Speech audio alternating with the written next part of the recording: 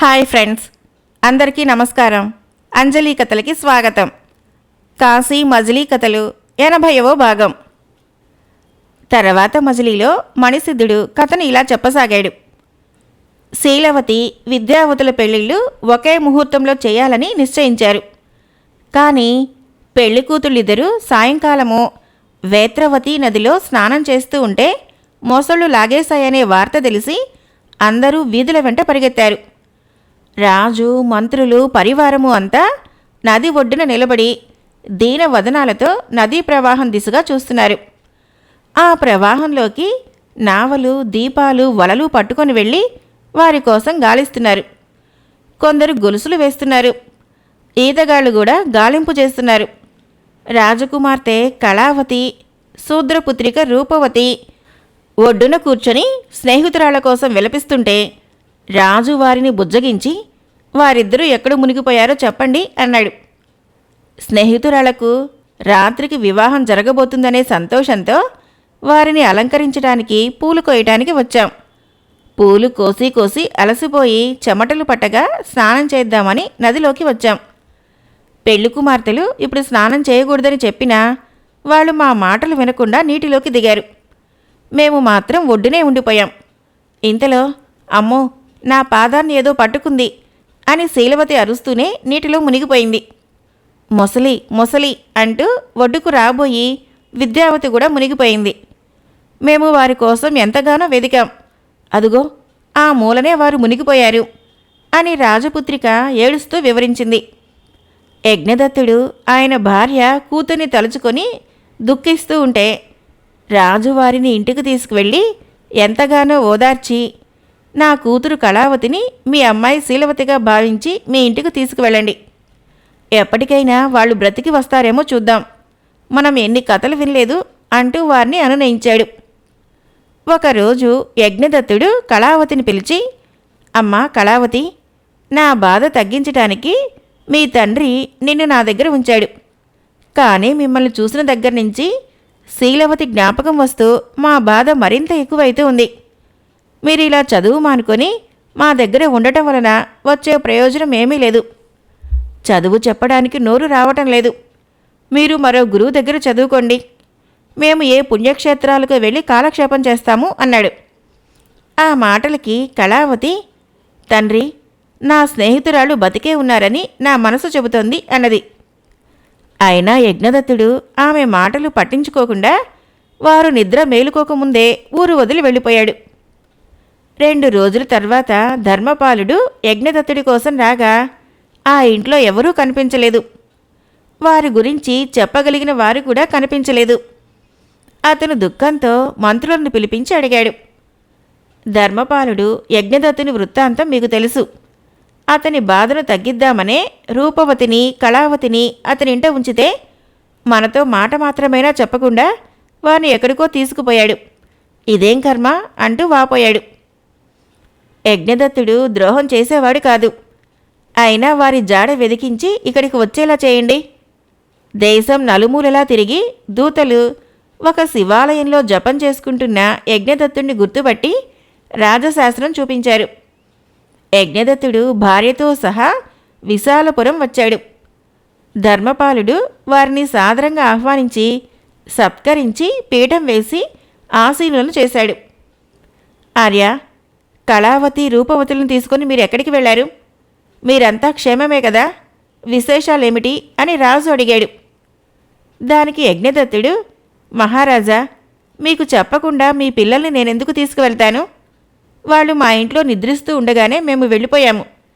వాళ్ళ విషయం నాకేమీ తెలియదు అనగా రాజు ఆ మాటలు విని మూర్ఛపోయాడు. అప్పుడు హితవాది అనే మంత్రి కోపంతో, వారిని వదిలి వెళ్ళానని చెబుతున్నావు, మరి వారు కనిపించరేం? వారిని ఎక్కడ దాచావో నిజం చెప్పు. నీ వల్ల రాజుగారు ప్రమాదంలో పడ్డారు అని అన్నాడు. శివశివ, ఎంత మాట విన్నాను! కళావతి, రూపవతులిద్దరూ నీకేం అపకారం చేశారని వారికి నేను ద్రోహం చేస్తాను? నా కన్నబిడ్డ కన్నా ఎక్కువగా చూసుకున్నాను. అలాంటి మాటలు అనటం కంటే నాకు శిరచ్ఛేదనం చేయటం మేలు అని దుఃఖించాడు. ఇతర మంత్రులు యజ్ఞదత్తుడు నిరపరాధి అని, హితవాది అనే మంత్రి మాత్రము అతను అపరాధి అని వాదిస్తున్నారు. రాజు మాత్రము ఏమీ చెప్పలేక విచారిస్తూ ఉండిపోయాడు. కథను అంతవరకు చెప్పి ఆపి మిగిలిన కథను తర్వాత మజిలీలో మణిసిద్ధుడు ఇలా చెప్పడం ప్రారంభించాడు. కృతవర్మ గుప్తవర్మల కథ.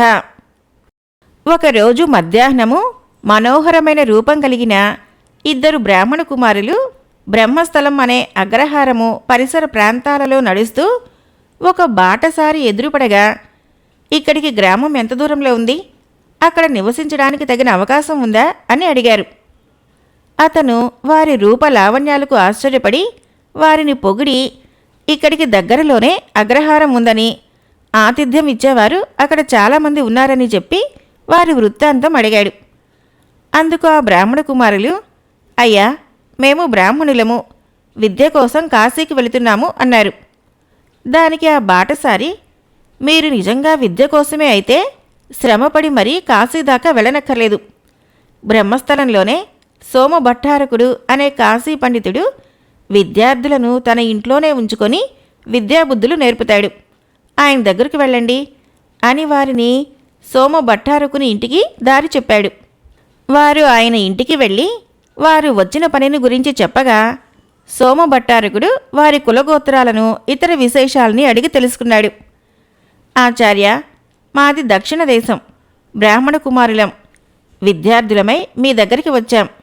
దయతో మమ్మల్ని కూడా మీ శిష్యకోటిలో చేర్చుకోండి అని వినయంగా ప్రార్థించారు. సోమభట్టారకుడు వారి విద్యలను కొంతవరకు పరీక్ష చేసి మెచ్చుకొని వారిని శిష్యులుగా స్వీకరించాడు. కొన్నాళ్లు గడిచాక గురువుగారు వారిని ఒక రహస్య ప్రదేశానికి తీసుకొని వెళ్ళి, నాయనా, మీరు నా దగ్గరకు విద్య కోసం వచ్చి చాలా తక్కువ కాలమే అయింది. అయినప్పటికీ మీ విద్యా నైపుణ్యము, వినయ విధేయతలు, గుణాలు, గౌరవం వంటివి ప్రశంసించదగినవి. మిమ్మల్ని చూసి అందరూ రాజకుమారులనే అనుకుంటారు. మీరు నా దగ్గర విద్యా విశేషాలని ఎక్కువగా నేర్చుకోనప్పటికీ కూడా నాకు శిష్యులే. మీరు నాకు ఒక ఉపకారం చేసి పెట్టాలి. అది ఉపేక్షించరానిది. ఎంతో ఉపాయం ఉంటేనే గాని సాధించలేరు. అతి రహస్యమైనది. మీరు ఆ పనిని చేస్తారంటే చెబుతాను అన్నాడు. దానికి ఆ బ్రాహ్మణ కుమారులు వినయంగా, గురుదేవా, మా ప్రాణాలిచ్చి అయినా సరే మీరు చెప్పిన పనిని చేస్తాము అని మాట ఇచ్చారు. అప్పుడు సోమభట్టారకుడు ఇలా చెప్పసాగాడు. నా పూర్వజన్మం పుణ్యం ఎలాంటిదో నాకు తెలియదు, కానీ నాకు లేక లేక ఒక ఆడపిల్ల పుట్టింది. ఆమె చాలా కురూపి కావటంతో బాధపడుతూ ఆ పిల్లకు సత్యవతి అనే పేరు పెట్టాను. తల్లిదండ్రులకే అసహ్యం కలిగించేటంతటి అనాకారి. దానికిప్పుడు వివాహ వయసు మించిపోతుంది. దానిని ఇంతకాలము ఇతరులు చూడకుండా కాపాడుతూ వచ్చాను. నా గౌరవం గురించి తెలుసుకొని విద్యాభాస్కరుడు అనే బ్రాహ్మణ కుమారుడు దానిని పెళ్లి చేసుకుంటానని చెప్పి వెళ్ళాడు. వచ్చే నెలలోనే ముహూర్తము, పిల్లని చూడటానికి వస్తామంటూ జాబు రాశాడు. అతనికి ఏం చెప్పాలో తెలియటం లేదు. ఆ పిల్లను గనక అతడు చూస్తే ససేమిరా పెళ్లి చేసుకోడు. దానికి ఏదో ఒక ఉపాయం ఆలోచించాలి. మీరు స్త్రీల వలె శిరోజాలు పెంచుకున్నారు. మీరు రూపంలో ముగ్ధ మనోహరంగా ఉన్నారు. కాబట్టి మీరు ఒకరు స్త్రీ వేషం వేసుకుంటే సత్యవతి అని చెప్పి వారికి చూపిస్తాను. అతడు సంతోషిస్తాడు. తర్వాత వేరే మార్గంలో కార్యం సాధించుకోవచ్చు అన్నాడు. దానికి ఆ బ్రాహ్మణ కుమారులు, ఆర్య, మీ కార్యం సాధించడానికి మేము ఏదైనా చేస్తాం. పెళ్లి చూపులకి పీటల మీద కూర్చోవటానికి నేను స్త్రీ వేషం వేస్తాను. కానీ అత్తారింటికి వెళ్ళాక ఆమె నేనేనని నమ్మించటం ఎలాగా అని సందేహం వెలిబుచ్చాడు గుప్తవర్మ. పెళ్ళైన కొన్ని నెలలకు నా కూతురికి స్ఫోటకం వచ్చి అనాకారిగా మారిందని చెబుతాను అంటూ వారికి సర్ది చెప్పి చేయవలసిందిగా వివరించాడు. ఆ పిల్ల సౌందర్యం చూసి పెళ్ళికొడుకు ఎంతో సంతోషించి వెళ్ళాడు. సోమభట్టారకుడు వైభవంగా పెళ్లి ఏర్పాట్లు చేయించాడు. కపట సత్యవతితో గౌరీ పూజ చేయించి ఆ గంపని చీకటి గదిలోకి తీసుకువెళ్ళటము తమ ఆచారమని చెప్పాడు. పురోహితుడు ముహూర్త సమయం మించిపోతుందని తొందర పెట్టడంతో చీకటి గదిలో ఏ గంపలో సత్యవతి ఉన్నదో తెలియక అక్కడ ఉన్న మరొక గంపను మోసుకు వచ్చారు. పెళ్లికూతురు తల వంచుకునే కార్యక్రమాలన్నీ చేసింది. అప్పుడు సోమభట్టారకుడు పెళ్లి కూతురు ముఖం చూడగా అక్కడ మంగళసూత్రం కట్టబడిన గుప్తవర్మ కనిపించాడు. ఆయన బాధపడుతూ చీకటి గదిలోకి వెళ్ళి గంపను తడిమి చూడగా సత్యవతి ఆ గంపలోనే ఉంది. తననెవ్వరూ తీసుకుని వెళ్ళలేదని చెప్పింది. కూతురికి పెళ్లి చేయలేకపోయిన తన దౌర్భాగ్యానికి, ఆమె దురదృష్టానికి విచారించి మిగిలిన కార్యక్రమాలు జరిపించాడు. 4 రోజులు వైభవంగా జరిగాయి. కానీ ఆ రహస్యం మాత్రం ఎవరికీ తెలియదు. నాకబలి అయిన తర్వాత సోమభట్టారకుడు ఒక చోట కూర్చొని ధ్యానించుకుంటూ ఉండగా ఒక శిష్యుడు వచ్చి, ఆచార్య, యజ్ఞదత్తుడట మీ సహోధ్యాయ కాశీకి వెళుతూ భార్యతో సహా వచ్చి ఉన్నాడు, మిమ్మల్ని చూడాలంటున్నాడు అని విన్నవించాడు. అతడు సంతోషంతో యజ్ఞదత్తుడికి స్వాగతం పలికి కౌగలించుకొని, మిత్రమా, కాశీ నుంచి వచ్చాక నీ గురించి తెలియనే లేదు. ఎక్కడ ఉంటున్నావు? పిల్లలు ఎంతమంది? మన సహాధ్యాయి విద్యాతేస్కరి గురించి నీకేమైనా తెలుసా అంటూ పూర్వ విషయాలు అడిగాడు. దానికి యజ్ఞదత్తుడు, నేస్తమా, ఇప్పుడు నేనున్న పరిస్థితి మానవమాతుడికి రాకూడదు. నా గురించి ఎందుకులే అడుగుతావు? నువ్వు అదృష్టవంతుడివి, నీ గురించి చెప్పు అన్నాడు. సోమభట్టారకుడు బలవంతం చేయగా తన కథను చెప్పి బాధపడ్డాడు. సోమభట్టారకుడు కూడా స్నేహితుని కష్టానికి ఎంతగానో విచారించాడు. తర్వాత యజ్ఞదత్తుడు పెళ్లి కూతుర్ని చూస్తాననగా తన మిత్రుడే అని, సిగ్గుపడకుండా అతని ముందుకు రావచ్చునని కబురు పంపాడు. శిష్యుడు గురువుగారితో రహస్యంగా పెళ్లి కూతురు ఎక్కడ దాగుందో తెలియటం లేదు, ఎంత వెతికినా కనిపించడం లేదు అన్నాడు. గుప్తవర్మ, కృతవర్మ కూడా కనిపించట్లేదు. భార్యని అడిగితే ఆమెకేమీ తెలియదంది. అంతలో ఏవో కేకలు వినిపించడంతో అదేమిటో తెలుసుకుని రమ్మని శిష్యుణ్ణి పంపాడు.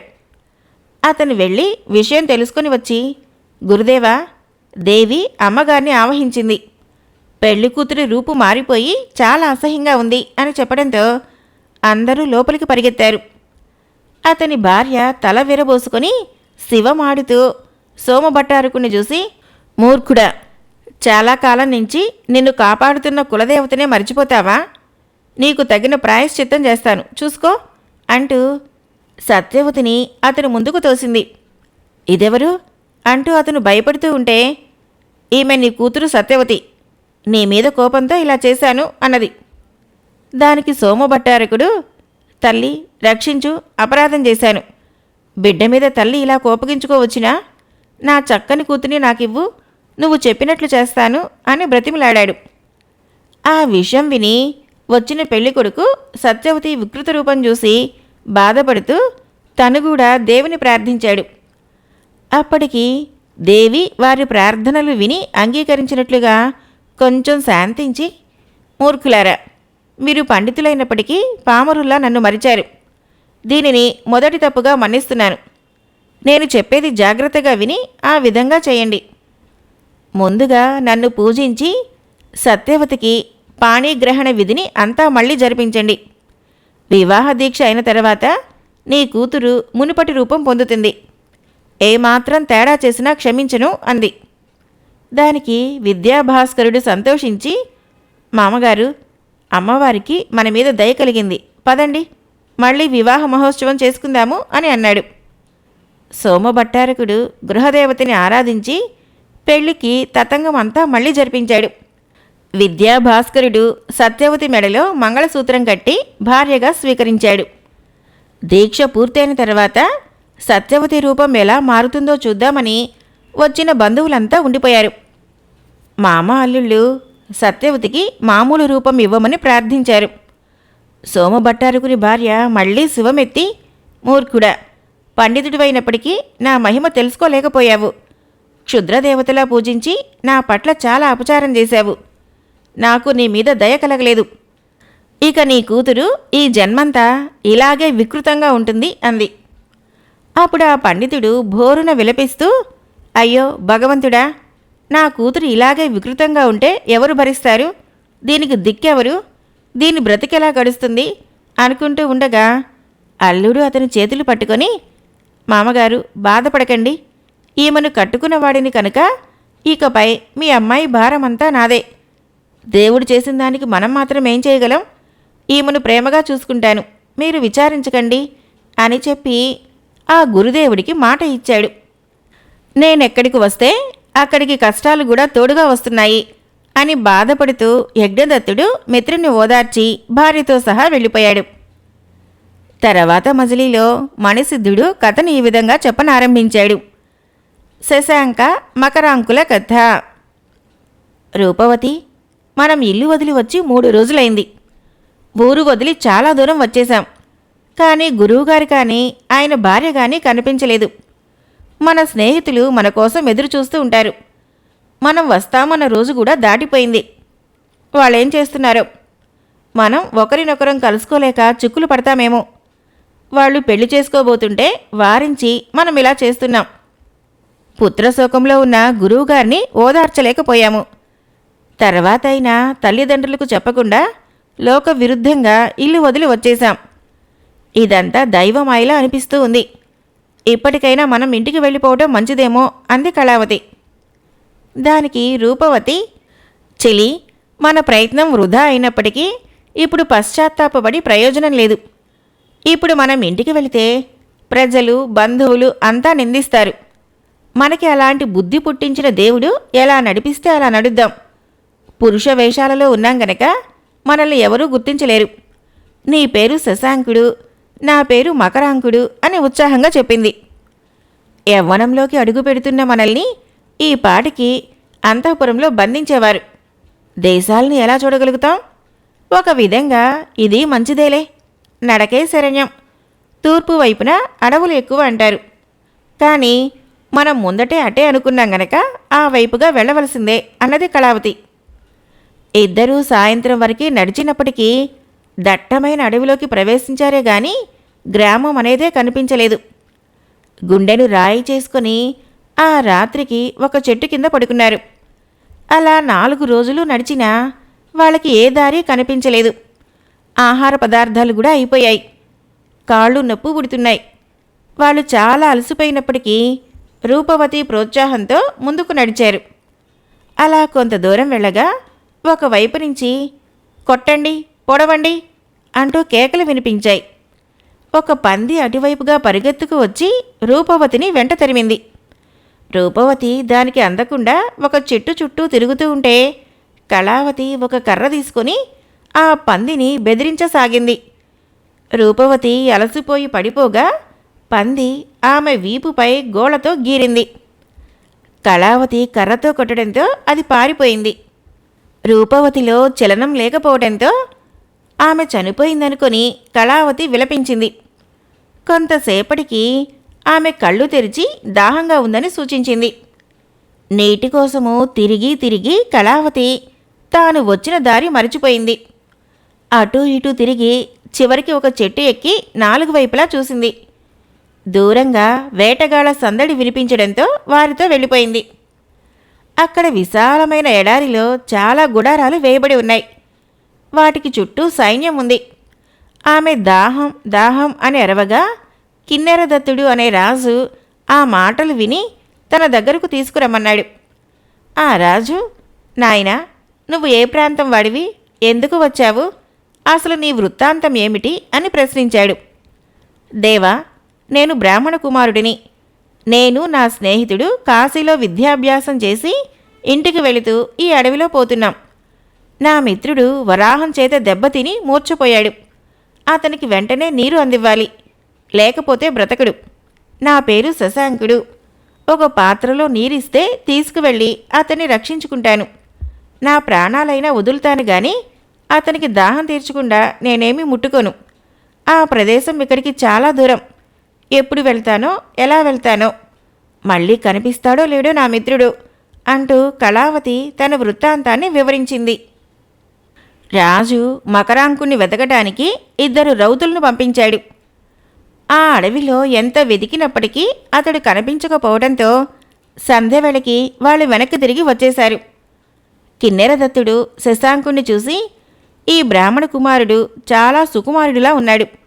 ఎంత సేద తీరినప్పటికీ ఇంతవరకు అతనికి తెలివి రాలేదు. వైద్యులు పరీక్షించి చాలా రోజుల నుంచి నిద్రాహారాలు లేకపోవడంతో ఇలా ఉన్నాడు అన్నారు. ఇతను గుణసంపన్నుడు అని ఇతను దాహమైనా తీర్చుకోలేడు. ఇతను చెప్పినట్లుగా మకరాంకుడు ఏ క్రూర జంతువుల బారిన పడి ఉంటాడు. ఈ బ్రాహ్మణ కుమారుణ్ణి మన రాజధానికి తీసుకుని వెళ్ళి మంచి స్థితిని కల్పిద్దాం. ఇవాళ రాత్రికే ప్రయాణం ఏర్పాటు చేయండి అంటూ మంత్రులను ఆదేశించాడు. శోభావతి అనే తన రాజధానికి చేరుకున్నాక శశాంకుడి పల్లకీ కూడా అంతఃపురానికి తీసుకుని వెళ్ళి తన భార్యతో, దేవి, ఈ బాలుని పేరు శశాంకుడు. ఇతని విద్యాగుణ విశేషాలు చాలా గొప్పవి. దైవికంగా అడవిలో దారి తప్పి మన సేనలో చేరాడు. సంతానం లేని మనకు ఇతనిని దైవమే వరంగా ఇచ్చాడు అనుకుందాం. నా రాజ్యం వీడికి అప్పగిస్తాను. నువ్వు మీ అన్న కూతురు తారావళిని పెంచుతున్నావు కదా, ఆమెను ఇతనికిచ్చి వివాహం జరిపిద్దాం. అన్నీ ఆలోచించే ఈ నిర్ణయం తీసుకున్నాను అన్నాడు. ఆ మాటలు విని మహారాణి చాలా సంతోషించింది. ఆమె శశాంకుడికి సపర్యలు చేస్తూ ఉంటే హా రూపవతి, సఖీ అని కలవరించడం విని ఆశ్చర్యపోయింది. 4 రోజుల తర్వాత శశాంకుడికి స్పృహ వచ్చింది. కళ్ళు తెరిచి ఎదురుగా ఉన్న రాజపత్నిని చూసి, అమ్మా, మీరెవరు? నేనిక్కడికి ఎలా వచ్చాను? ఇది కల, నిజమా అని అడిగాడు. దానికి ఆమె, నువ్వు నన్ను అమ్మా అని పిలిచావు కదా, నేను మీ అమ్మనే అనుకో. నువ్వు నా కొడుకువి. ఈ తారావళి నీకు భార్య. నువ్వు చాలా అలసిపోయి ఉన్నావు. అన్ని విషయాలు తర్వాత చెబుతాను అంటూ అతనికి మధురమైన పదార్థాలని అందించింది. శశాంకుడికి కొంచెం ఓపిక రాగానే గతం గుర్తుకొచ్చి రూపవతి కోసం పరిగెత్తబోగా ఆ తల్లి అతన్ని ఆపింది. అతడు తన మిత్రుని గురించి చెప్పగా, రాజు ముందుగానే ఇదంతా చెప్పి ఉండడంతో నీ స్నేహితుని కోసం దూతలు వెళ్లారు. అతడిని ఇక్కడికే తీసుకువస్తారు, బాధపడకు అంటూ ఓదార్చింది.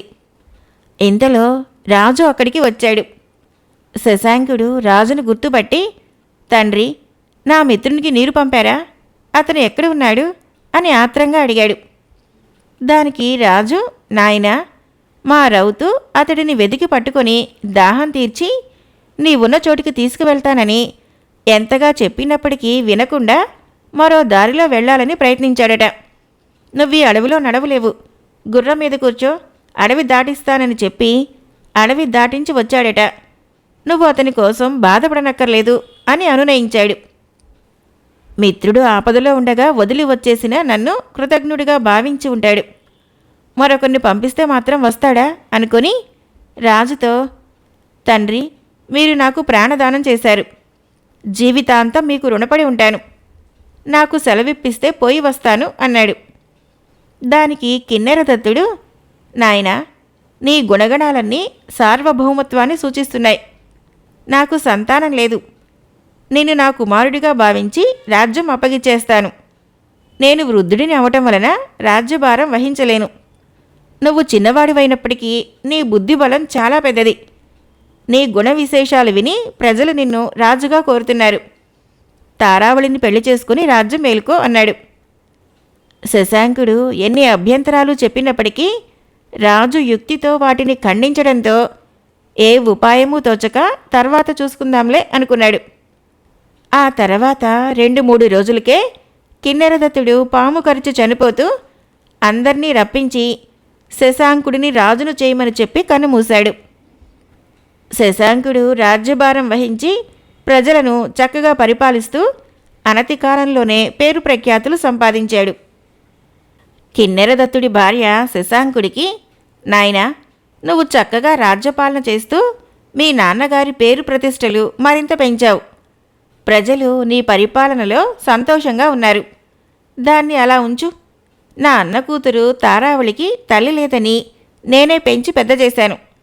దాని గురించి నీకు ఇదివరకే చెప్పి ఉన్నాను కదా. మీ నాన్నగారు తారావళిని నీకు పట్టమహిషిగా చేసుకోమన్నారు కదా. కనుక ఆమెను పెళ్లి చేసుకొని గృహస్థుడివి అవు. నేను చాలా సంతోషిస్తాను అని ఉత్తరం రాసి పంపగా శశాంకుని రూపంలో ఉన్న కళావతి తన గతాన్ని తలుచుకుంటూ, రాజ్యమదంలో ఆడదాన్ని అయిన నేను మగ రూపంలో రాజ్యం మేలుతున్నాననే విషయాన్ని మర్చిపోయాను. ఇప్పుడు వెళ్ళి స్నేహితురాలను కలుసుకుందామన్నా ఈ రాజ్యబంధము కదలనివ్వదు. కాబట్టి వారినే ఇక్కడికి రప్పించేటందుకు ప్రయత్నిస్తాను అనుకొని ఒక పత్రికలో పిన్న పాప వలన కన్నెలు మువ్వురు, కలిగిరట్టివారు కర్మనొరంగి తెసలగొసల దెలియు తిరుగుచునున్నారు, వారి జాడ తెలియవలయు మాకు అని పద్యం రాయించి దూతలకి ఇచ్చి దేశ దేశాలు తిరుగుతూ ఈ పద్యం చదవండి. దీనికి ఎవరైనా సమాధానం చెబితే వారిని వెంటనే సగౌరవంగా నా దగ్గరకు తీసుకురండి అని చెప్పి పంపించింది. మణిసిద్ధుడు అవతలి కథను తర్వాత మజిలీలో ఇలా చెప్పసాగాడు. కాశీ మజిలీ కథలు 80వ భాగం సమాప్తం. ఫ్రెండ్స్, నా కథలు నచ్చినట్లయితే మన ఛానల్ని తప్పకుండా సబ్స్క్రైబ్ చేయండి, లైక్ చేయండి, షేర్ చేయండి, కామెంట్ చేయండి. Thank you.